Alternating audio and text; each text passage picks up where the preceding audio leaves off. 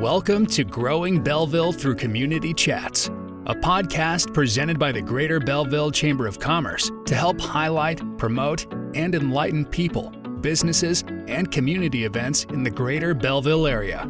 Here are your hosts, Stephen Sedlak and Eric Huber.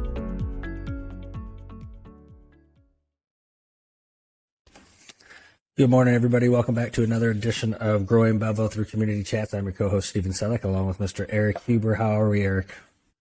Doing well, Stephen. It's favorite time of year, right? I don't know when this will drop, but as of right now, we got Battlehawks 2-0. 2-0, baby. We got STL City winning their first match. We got spring training going on, so it's that time of year, man. And we got the Blues clearing house. Yeah. I didn't mention those guys for a reason. Well, anyway, we have Jason Frazier with us here from Mindseye. Jason, why don't you kind of introduce yourself and give, for those that don't know much about you and Mindseye, a little background? Sure. My name is Jason Frazier, President and CEO for Mindseye. I've been there now going back to 11 years. So I think my anniversary day was last week, I believe, on February 21st. So bear when it's recorded. I grew up in this area the whole time. All those teams you talked about, including the new ones, I cheer for all those teams. So you almost took me to my other background of sports media. I was about to hop in there, but growing up here, I grew up in Cahokia, not too far where Mindseye sits, in the Lady of the Snows Shrine. I know it's a popular area question. I went to high school at Jabot Catholic High School in Waterloo, so I'm a Jabot grad. All these things kind of are important while I'm mentioning these things, kind of my journey to Mindseye. Also, I'm an SIUE, proud SIUE alum, Mass Comm grad as well there too. When I got out of school at SIUE, I set on trying to find a job in sports media. That's what I went to do. Sports journalism was my big thing of where I went to go into. I landed a job at 101 ESPN, but that was part-time. So, to make ends meet, I need another part-time job. I saw an ad on Craigslist, which I don't even people use it to apply for jobs anymore. So, we'll have to explain that one to the younger crowd. Craigslist now. Don't probably go in there and apply for a job. Anything on Craigslist. If you're a younger crowd, stay away from there. But yeah, I went in there and saw this job for Mindseye Radio. I wasn't familiar with it at all, never heard of it, but as I said before, I went to, even when I grew up in Cahokia, I went to Catholic school there at St. Catherine Library, for anybody who's old enough to remember that. And then going to Jabot, so I had retreats, World Youth Day, all those things in the grounds of the shrine. Other stories growing up in my household, my grandmother was blind. She lived with us until she passed away when I was the age of 11, and I had never heard of Mindseye. And I lived, growing up in Cahokia, I lived 6 minutes from the exit, 6 minutes from where Mindseye is at.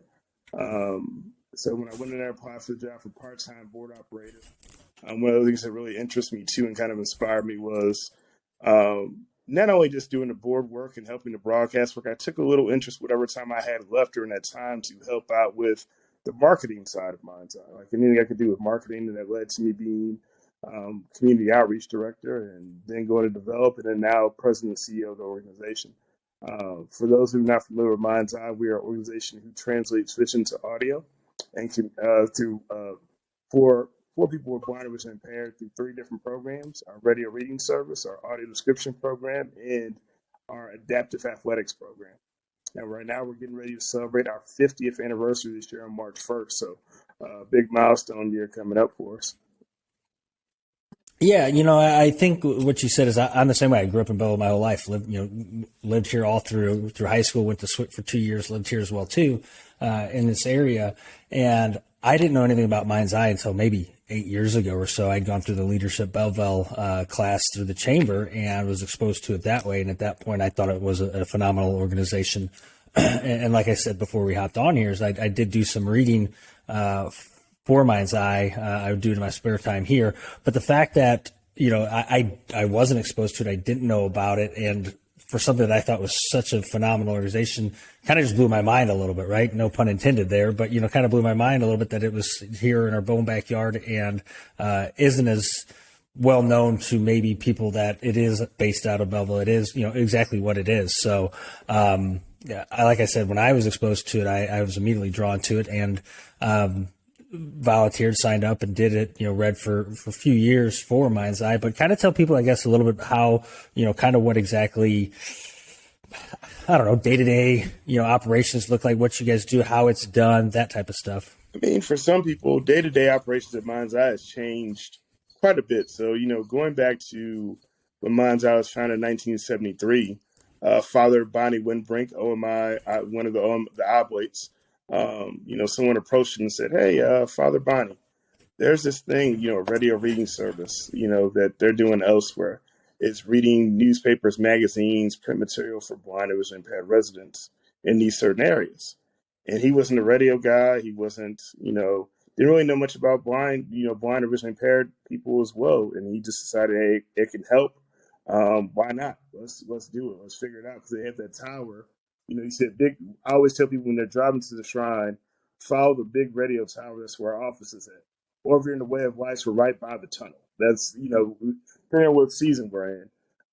But that tower, ironically, we don't use. So the tower falls to the left side. We're still on air. We're still ticking.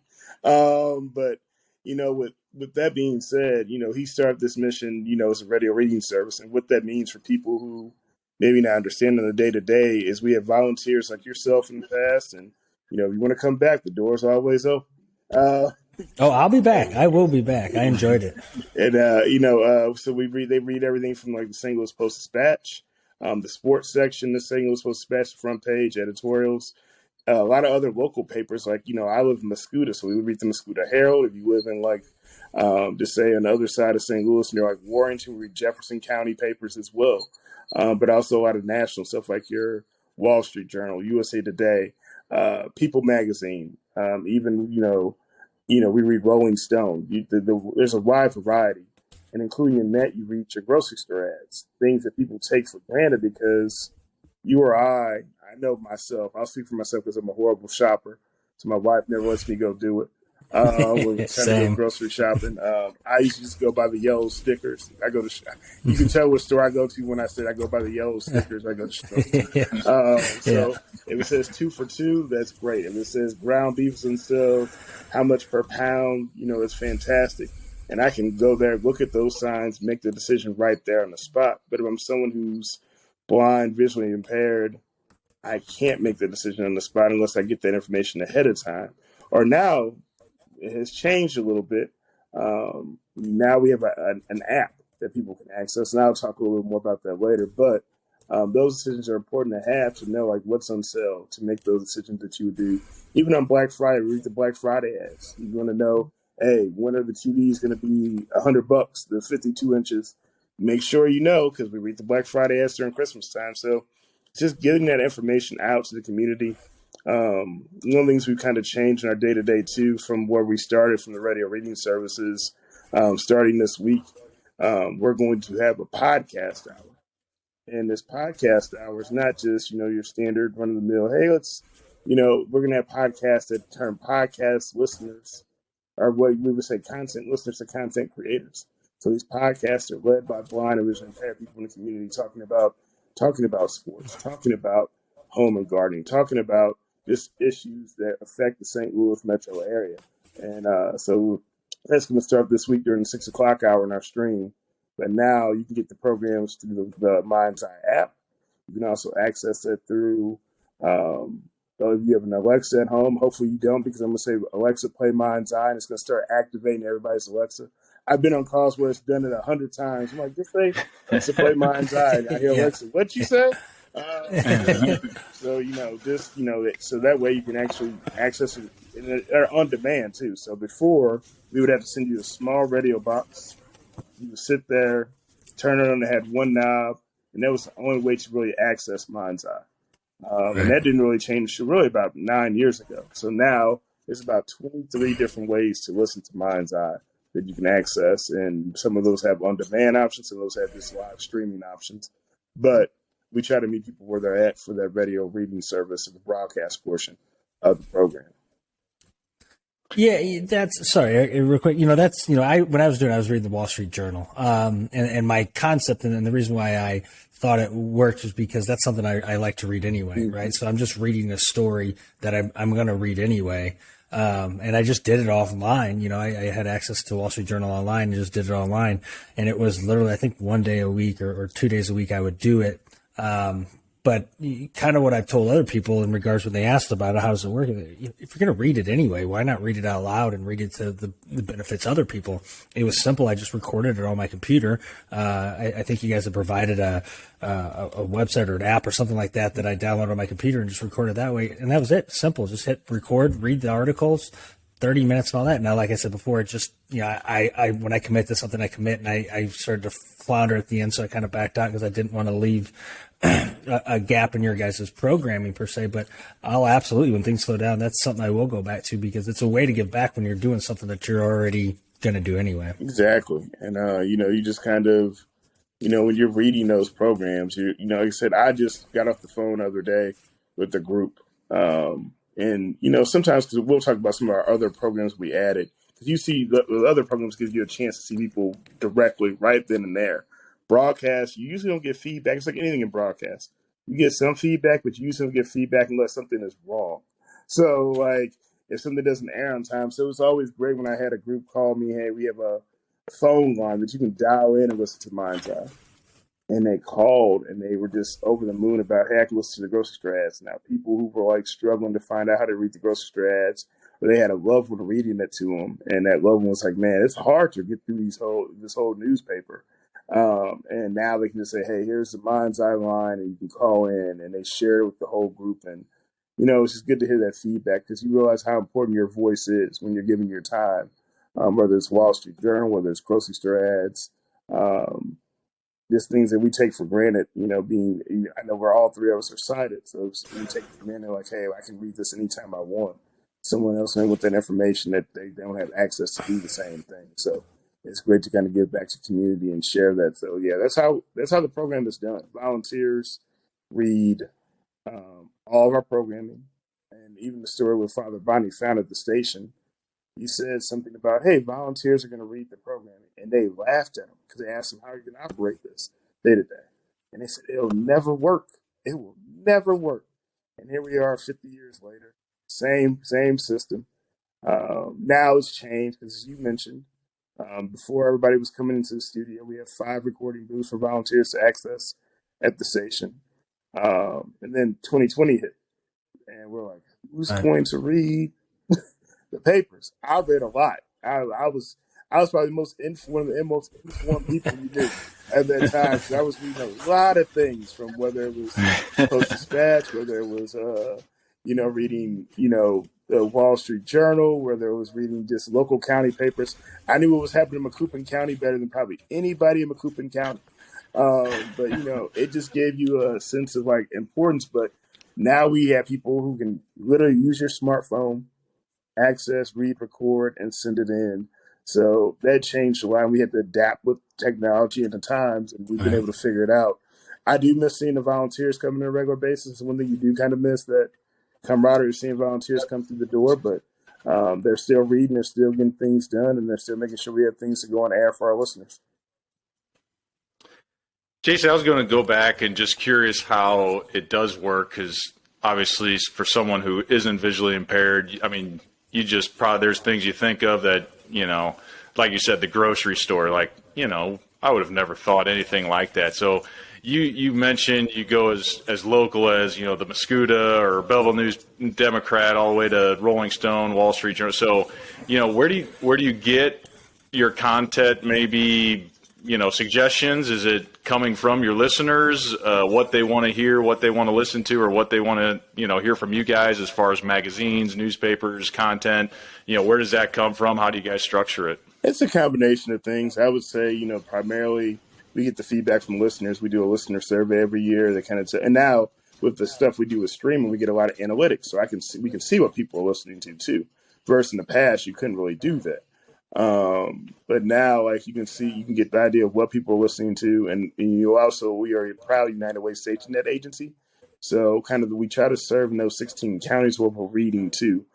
So Warren County all the way to, like I said, Macoupin.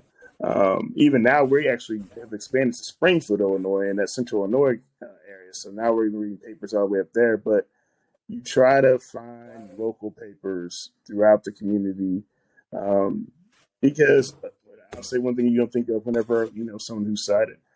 If there's construction or something going on like that blocks me from getting, or someone getting me to the local Walgreens or something like that, I can see it, but that may be in the paper. Because if you go on the news, they're not going to cover things like, hey, the local fair is coming. Here's an idea where you can get tickets or where you can find out information. They're not going to cover that unless, something weird is happening. So we try to make sure we're focusing on those things primarily, because that way people are informed in their own communities. They can get the newspaper. They don't have to worry about someone reading it to them from their homes, but they don't have them to access it. You can still be independent. Even suggestions, we say, hey, we want more home and gardening shows. We go out and find magazines that fit that. If someone says, hey, we want more sports, like we want more local-based sports shows, we start reading The Athletic in the St. Louis edition of The Athletic. So we we usually go with our listeners. Also, some of the things that we figure out from like polling people or kind of trends, we kind of go with that too. So kind of a combination of a few things. How many, what is your, I don't want to say viewership, because that's not the listenership, I guess. Is that what you term it? How many listeners do you guys have on a regular basis, or high number? Kind of what's that aspect? So the primary things that the highest, I guess, because it's always hard to say, the highest amount of listeners we usually get are like your local paper, like the Post-Dispatch. And I can tell you probably in order, the highest top ranked programs are, this one's going to be a weird one, obituaries. Obituaries is number one. Everybody else to obituaries. Then probably front page of the Post-Dispatch. Then it's probably grocery store ads, usually Schnucks. Then it's department store ads and the CVS. And then after that, it's usually like Wall Street Journal, USA Today. Usually we average around, so we have 1,400 radios actually out. Those little radios I told you we send to anyone who requests them. Yep. They have a knob. It airs in the SCA frequency of 101.1 to 101 ESPN. So we send those radios out to anyone who needs them free of charge. But they only work in certain service areas, about 70-mile radius from the towers in South County. But now with analytics, like for example, I think we went over last week. We were looking at I think we were trying to figure out something for maybe switching something around in their different time period. And we looked at USA Today, and USA Today had an average of about 400 listeners per day, which, throughout that week, we read it every day. So it's about 2,800 listeners just on their individual impressions. So you're getting, and that doesn't count the people who have radios, because you can't really get that data. So you have quite a bit of people. We had last year, I think, a total of, I think it was 70,000 different impressions. But some of those are not local, because now we read national stuff. So with the app, someone from California can use our app. So we're one of the few radio reading services in the country that actually have an app. So you can get that information anywhere you need if you have a national paper you're trying to listen to. How many some organizations are there out there? Like you said, you guys are one of the few ones with an app. How many other ones, I guess roughly are there around there? And then I guess my other question is, on top of that, is do you guys see more of your listenership from the east side of the river or from, the St. Louis side of the river, or is it kind of a pretty good combination between them? It's a good combination, but it's in certain pockets. So, for example, we have a lot of listenership closer to that, East St. Louis, Belleville area, because that's where people will probably pass by and see the station on the Illinois side. But then if you go out to like North County out in Ferguson Forest, and there's a high concentration of listeners. And then if you go to like right around the area of like where Forest Park is at, so there's a number of blind services over in that general area. So there's a lot of listenership there, because a lot of times people live by probably where they can get, travel, like where they can do call a ride, or they can do Uber or whatever, somewhere in that close region where they can get to the different services and things they need. So in that South City area, there's quite a bit of listenership there as well. Sure. What about the aspect of how many other organizations? So we have usually, so there's body called the IAAIS, which is the International Association of Audio Information Services. So registered members, I think there's around 60 registered members around the country. And then even in the state of Illinois, there's about 8 smaller services that operate. That's why there was one in Springfield, and that's why we kind of moved up there, because that service was going to not be able to operate at full capacity anymore. So we kind of took over that general area in the Springfield area. So in Illinois, there's 8. So if you're at a university in Illinois, just go down to a radio station. They probably have a radio reading service. They operate somewhere in that university, where it's Carbondale, whether it's UIS in Springfield, where we operate out of in Springfield. There used to be one at Bradley, but I don't think they operate anymore. Even at Lewis and Clark, there's an operation out of there too. So there's about 8 in the state of Illinois, which probably gives us the most of any of the states. But I guarantee none of them have as awesome as the name as you guys have. I'm not. Some of our other stations are going to listen. I don't want to. But I think most of them are like, well, that's my opinion. Like, then. Like the state reading service. They're using whatever letter the state begins with, then it's reading service after. So we're kind of unique in our name. Yeah, I love it. We're also probably the only. We are the only station that has two other programs inside of our operation. So. You guys were talking about St. Louis City SC earlier, and it got me thinking about this week is the first game. Right. St. Louis City SC did something pretty cool that part of one of our other programs. So we do audio description. Audio description is kind of like play-by-play for like theater events. Even, going to a museum and describing those artifacts for people who are visually impaired. But even at sporting events. So sporting events, most of us think about, hey, you can just maybe plug in, KMOX or 101 and listen to the play-by-play. But you do that, usually there's a delay there. So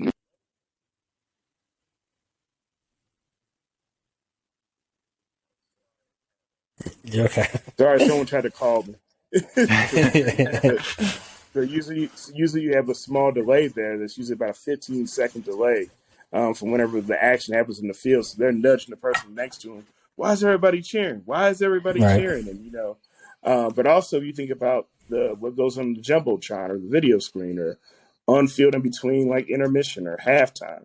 When the kids are playing the 7 and up, U7 hockey, or whenever Fred Bird's maybe pieing somebody in the face, or when the wave's coming. All those things that are part of the experience of the game, we also audio describe those events too. So if you go to the Muni, the Fox, Busch Stadium, Enterprise Center for not only Blues games, but like even if WWE's coming to town, we ought to describe that.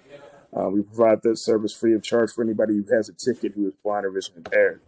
But usually it's select dates. So the Muni, we're there every Monday and Saturday. They're probably our longest running audio description partner. They knew there was a need back before we started in 2016. They're already kind of doing it. But usually that program's grown quite a bit. And then St. Louis City SC, coming in, being this new team, new arena, they actually took the jump and said, hey, we're not going to only pick certain days where we provide audio description. Every home game we have, we want you guys there providing audio description. Every event that we have. So they're the first team anywhere to announce they're doing audio description for every single event. And that's pretty cool to have here in the St. Louis community. Yeah, I think so. I think, and that just shows to them, just to kind of go off that, they've been pretty forward thinking in a lot of ways compared to other organizations. They're very, anything city-wise in St. Louis, they're very about bringing it on board. Yeah, no, very much. And we've enjoyed partnering with them. They're actually going to be one of our, our big galas coming up, kind of commemorating our 50th anniversary. And they're one of our award recipients for that gala on April 14th. The soiree that we do every year. And just because they have been forward thinking, that's actually, because not only are you just, being forward thinking for yourself, then you inspire other organizations or other places to say, hey, we need to do that too. We need to make sure people have a choice of what event they're coming to instead of just doing maybe one a day or, once a show run or every other month, providing an AD event. they're doing it every time they open that stadium. There's going to be audio description available for anybody who's blind or visually impaired, and that's pretty cool to have. Audio description is one of those programs that we started, just really in 2013. I went to AD training and learned about it. We really didn't launch until 2016, and we started doing events. And our goal was to do, I think 2016, we said, hey, we're going to do maybe 12 events that year. And then we said, hey, we'll go up and we'll do maybe 50 events. And that would be like, we would be tickled to death if we did 50 events. It'd be great. Last year, we did 146 audio description events.